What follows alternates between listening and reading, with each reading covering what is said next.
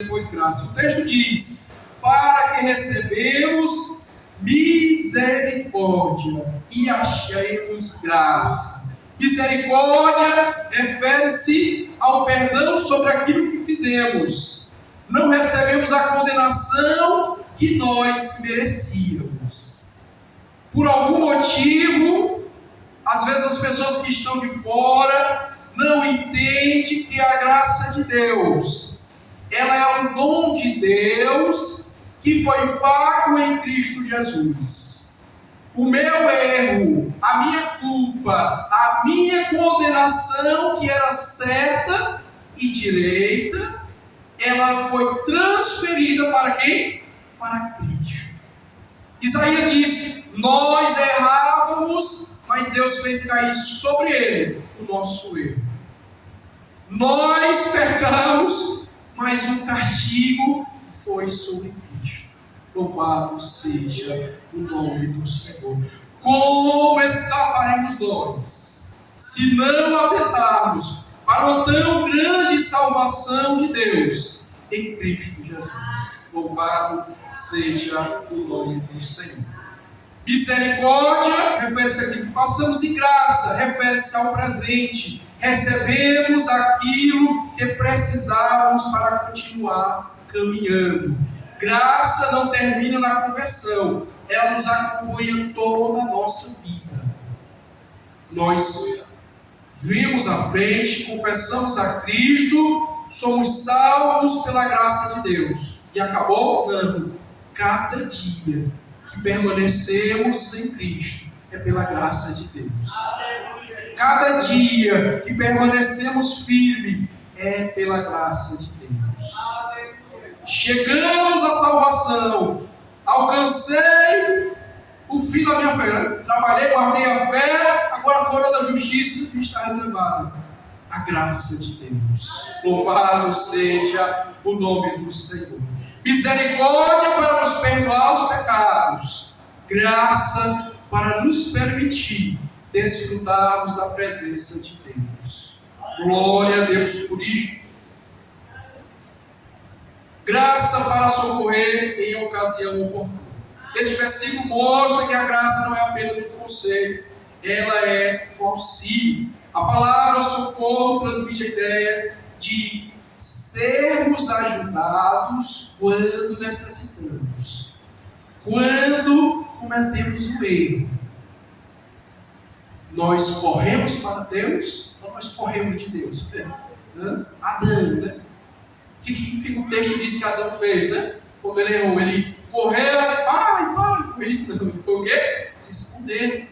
Então, por muitos, as pessoas ainda não entenderam que o Evangelho é as boas novas para aqueles que necessitam. Eu necessito, então isto é uma boa notícia para mim. Louvado seja o nome do Senhor. Para o miserável pecador, isto é uma boa notícia. O Evangelho irá transformar ele, de modo que agora ele vai ter um relacionamento com Deus. E à medida que ele se relaciona com Deus, ele tem a sua vida transformada, de glória em glória, dia após dia, nesta caminhada cristã, até alcançarmos a nossa redenção em Deus, em Cristo Jesus. Louvado seja o nome do Senhor.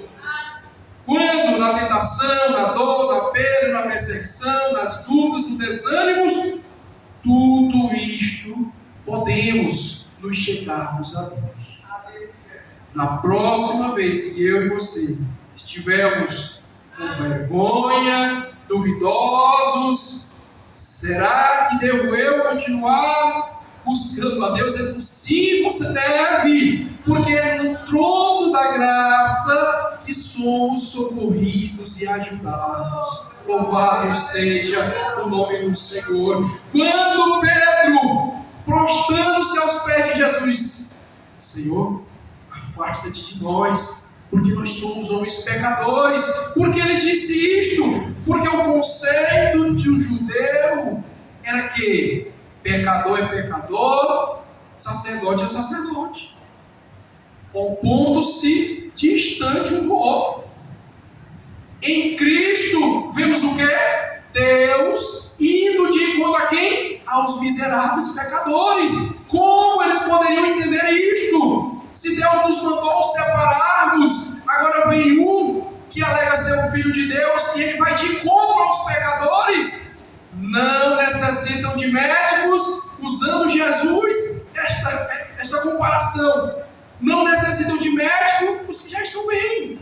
Necessitam de médico quem? Os que estão doentes, os que estão carentes e aqueles que estão necessitados da graça de Deus. Louvado seja o nome do Senhor. Deus não promete a ausência de lutas, mas promete graça suficiente para atravessá-las, né? Deus não nos promete a ausência de lutas, mas promete graça suficiente para atravessá-las. Às vezes a gente lê e não percebe, né? Quem já viu quando Isaías vai dizer, né? Olha, quando passares pelo fogo, eu vou estar contigo, quando as águas, eu vou estar contigo. Deus não diz assim, eu vou fazer você desviar do fogo e eu vou fazer você não passar pelas águas. Não.